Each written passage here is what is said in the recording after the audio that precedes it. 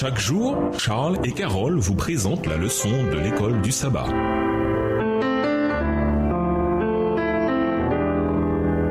Bienvenue dans votre émission. Dieu nous parle. Nous voilà à la leçon de vendredi. Pour aller plus loin, nous vous invitons à lire dans le livre Jésus-Christ ce chapitre sur le monde des Oliviers, livre écrit par Ellen G. White. Dans le monde, beaucoup de choses très inquiétantes se produisent. Les gens ont vraiment peur de ce qui se passe. Nous qui sommes adventistes du 7e jour, nous avons une sorte d'avantage au sujet des événements. Comment employer notre compréhension pour parler aux gens de l'espérance que nous avons en Jésus et de la promesse de son retour? Parce que nous ne connaissons pas le moment précis de sa venue, l'ordre nous a été donné de veiller. Heureux ces serviteurs que le Maître à son arrivée trouvera veillant. Luc 12, verset 37. Ceux qui guettent la venue du Seigneur n'attendent pas dans l'inactivité. L'attente de la venue du Christ a pour but d'inspirer aux hommes la crainte du Seigneur et la crainte des jugements qui frapperont la transgression. Elle est destinée à leur faire comprendre combien rejeter les offres de la grâce est un grand péché. Ceux qui guettent la venue du Seigneur purifient leurs âmes en obéissant à la vérité. Ils joignent à leur vigilance un travail fervent. Parce qu'ils savent que le Seigneur est à la porte, leur zèle est décuplé pour collaborer avec les intelligences divines dans le travail pour le salut des âmes.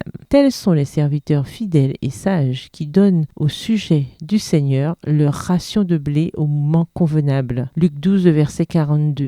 Ils annoncent la vérité qui s'applique particulièrement à notre temps, comme Enoch, Noé, Abraham et Moïse qui ont donné la vérité pour leur temps respectif. Les serviteurs du Christ donnent maintenant l'avertissement particulier dont leur génération a besoin. Texte tiré du livre Jésus-Christ, aux pages 577 et 578, écrit par Ellen G. White. À méditer, c'est une chose que de donner à l'œuvre du Seigneur. C'en est une autre que de donner de manière sacrificielle. Quelle est la différence et pourquoi cette différence est-elle importante? Pourquoi Dieu n'a-t-il pas empêché la persécution de son peuple au fil des siècles et dans le monde aujourd'hui? En quoi le thème du grand conflit nous aide-t-il à comprendre un peu pourquoi la persécution existe? Quels signes de la venue de Christ sont particulièrement prégnants dans le monde actuel? Pensez à l'état des morts et au fait qu'ils dorment jusqu'au retour de Christ. Les gens ferment les yeux dans la mort. Et que verront-ils en les rouvrant l'instant d'après? En quoi cette idée nous aide-t-elle à voir comment, pour chacun individuellement, le retour de Christ est toujours très proche? Au revoir. Et à demain si Dieu veut.